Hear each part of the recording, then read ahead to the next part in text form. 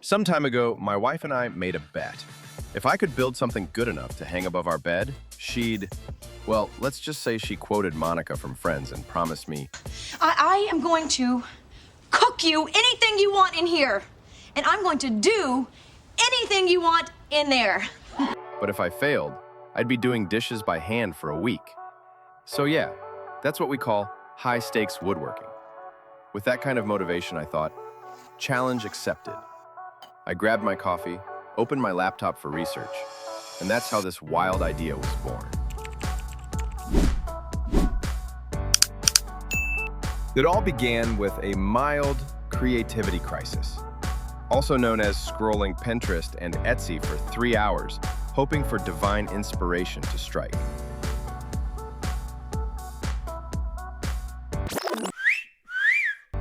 To save myself from a week of dishwashing, I knew it had to be something big, meaningful, and decorative. Basically, something that wouldn't fall on our heads while we're sleeping. Then I remembered, my wife loves the Tree of Life. So naturally I thought, that's it. It's symbolic, elegant, and if I pull it off, I might just score some bonus husband points. I didn't want to buy new boards just for this project, so I raided my leftover pile from previous builds.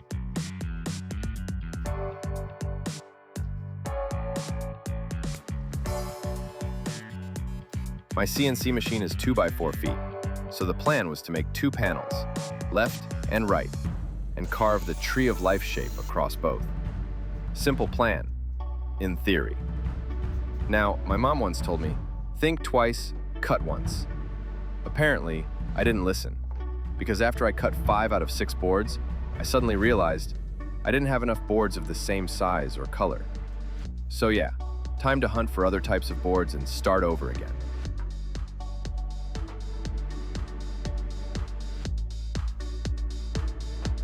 Luckily, I found these 2 by 8s and decided that 4 would be enough.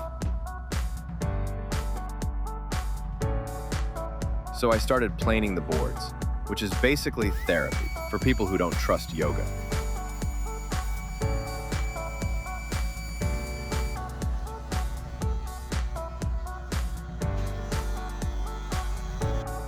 And straightening the edges, because if the edges aren't straight, neither is the rest of your life.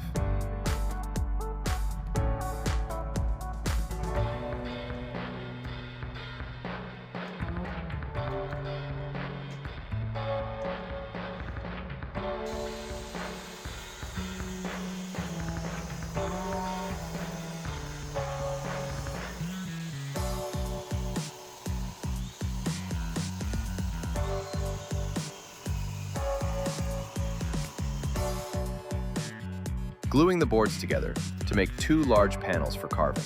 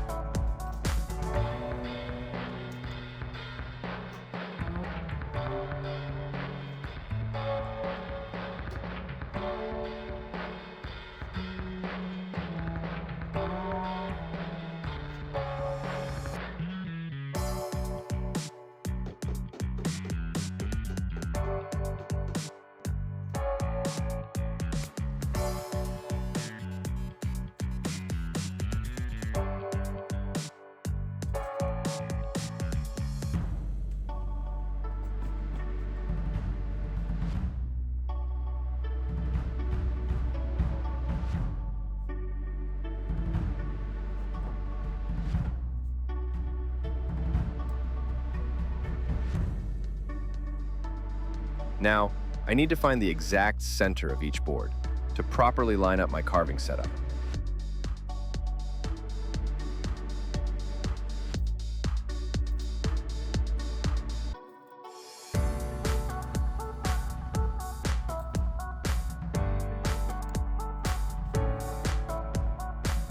Then, it's time to draw everything in the CNC software, based on my board measurements.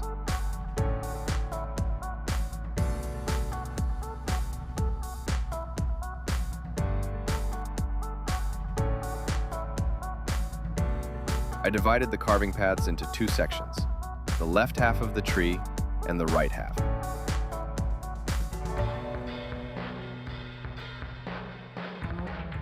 For this project, I'm using 3 bits, a surfacing bit,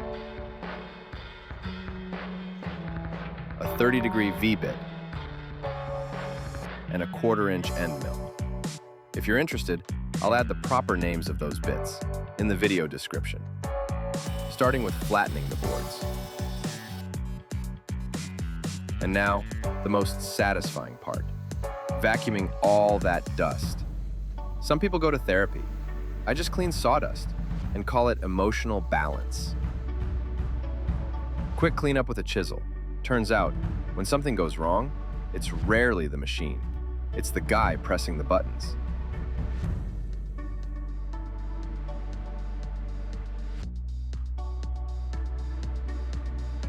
Time for carving. The machine's got a big job, carving out the tree, the letters, and cutting a perfect circle.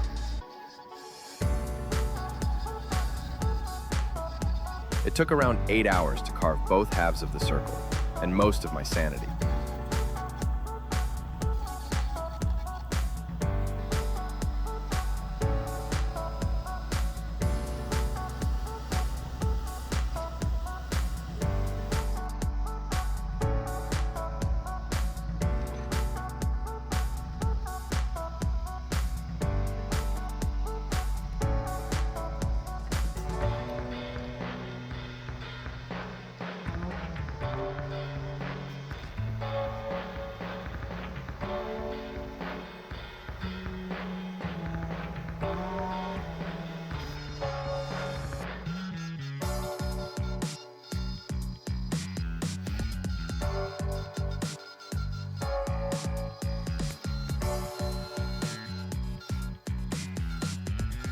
And immediately, time for my next mistake. Turns out the boards weren't perfectly even, so some letters came out thin and shallow. After a few tweaks and adjustments, I ran the machine again to clean up those weak spots. By now, I could probably get a minor in accidental engineering.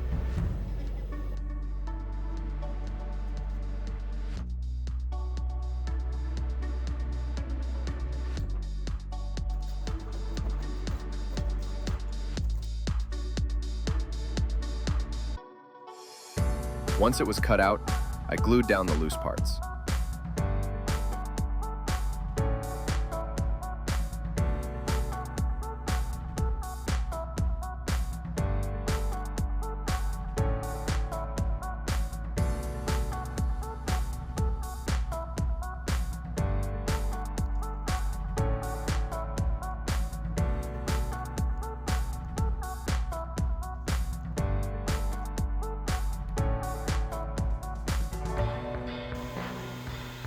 Then here comes another mistake. Somehow, I set the jointer cut too deep, and also used a slight angle. So yeah, I just invented the unintended gap joint.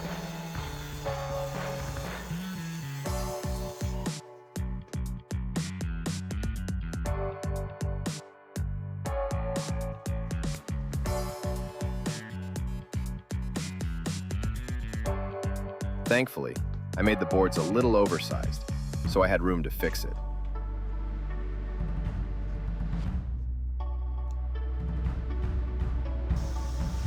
After 5 or 6 passes with the circular saw, the fit finally looked not terrible.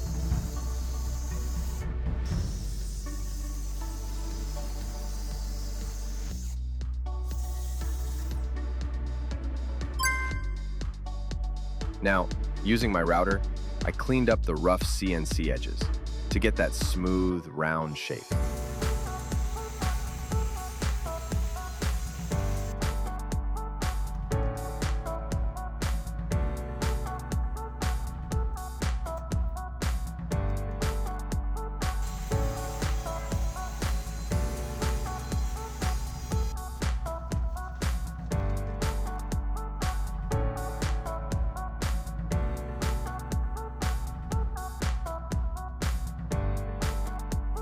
And yet another fail. I tried holding both parts together with painter's tape. Let's just say it's great for painting, not for clamping. It didn't really fail, just didn't help much either. Another one of those, don't repeat this at home moments. At this point, I lost my pencil. Again, why is it always the pencil?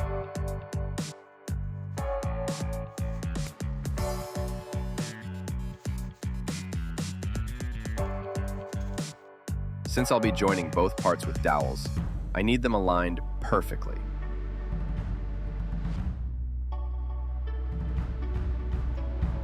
Woodworking has this funny way of teaching you things you didn't plan to learn. You start out shaping wood, focused on lines, joints, and details, but somewhere along the way, it starts shaping you instead.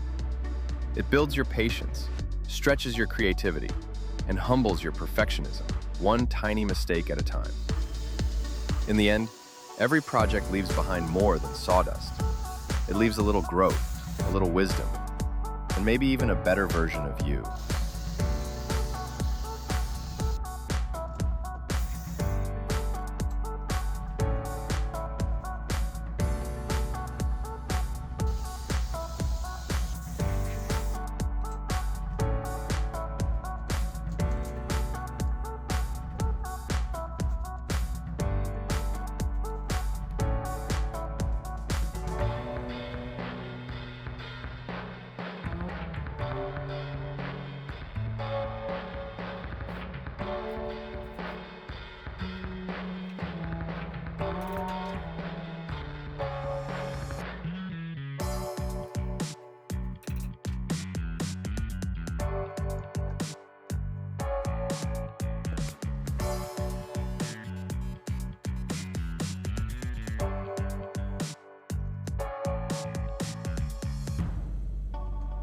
After 24 hours of waiting for the glue to dry, I finally started cleaning up the carved tree.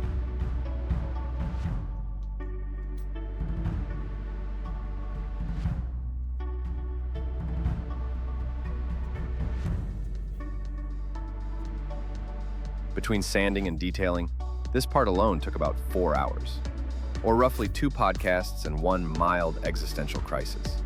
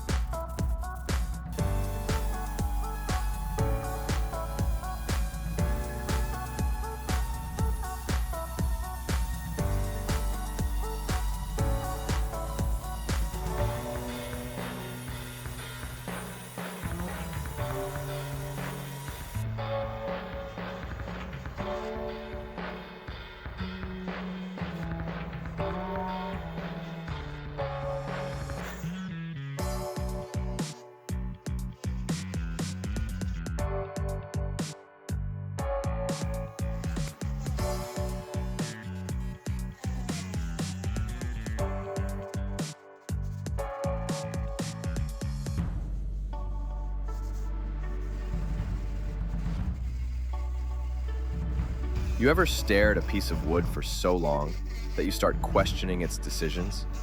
Yeah, me too. They say sanding teaches patience, but I'm still waiting for mine to show up.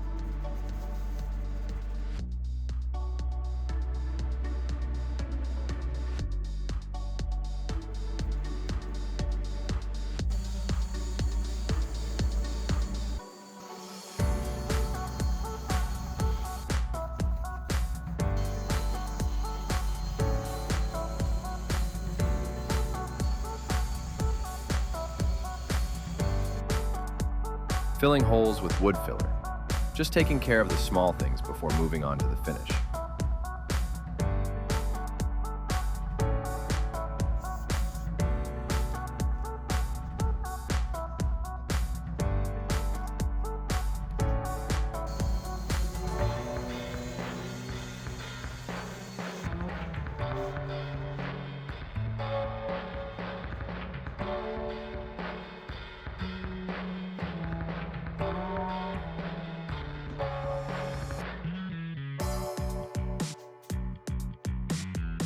For staining, I used Minwax's Special Walnut and a piece of cloth to apply it. Looks classy, smells like nostalgia.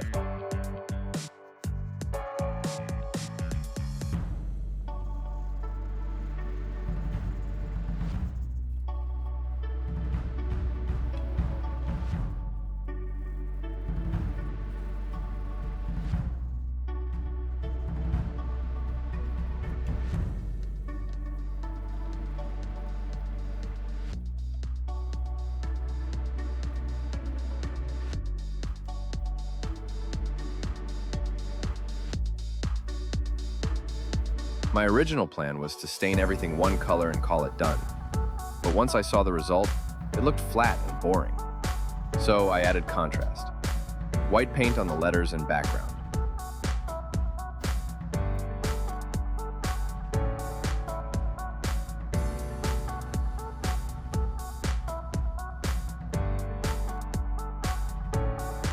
At first, I tried to be careful painting inside the letters, but quickly realized that's impossible. So I sanded the mess, restained lightly, and called it artistic texture.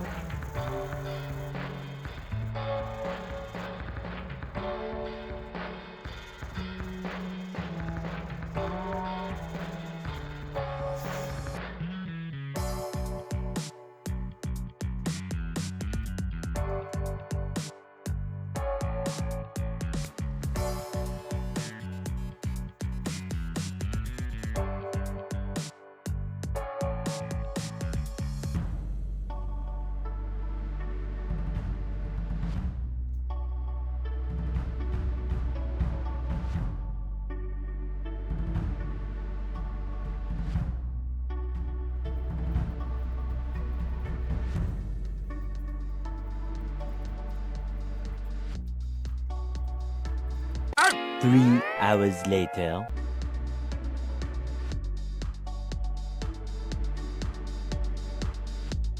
The first coat looked terrible. Uneven paint lines everywhere.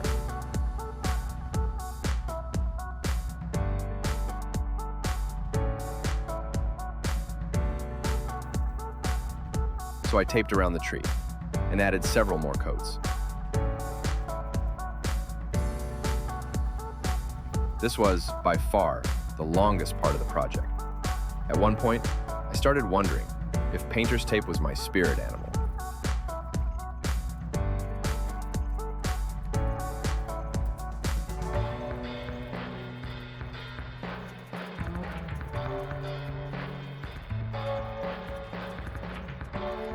Six hours later.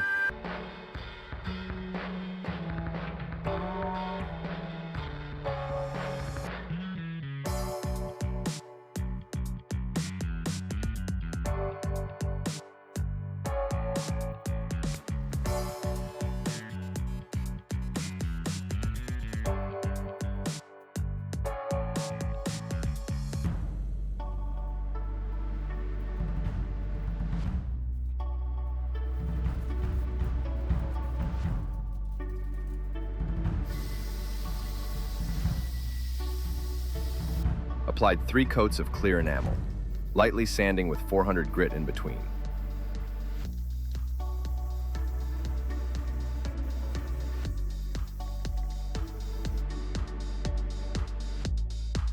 Then came the hardware hunt. I dug out my sacred IKEA leftovers bag. You know, that collection of mystery parts we all keep. Found a random metal bracket, some bent angle irons, and thought, perfect, I'll just use all of it.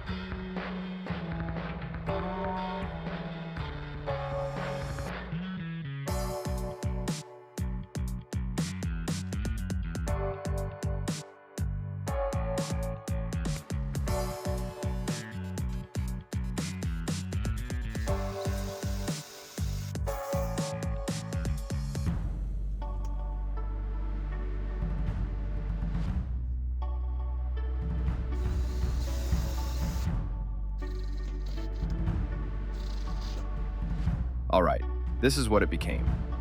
Honestly, I think my wife's gonna like it. I've spent enough evenings on this project to really want it to be worth it.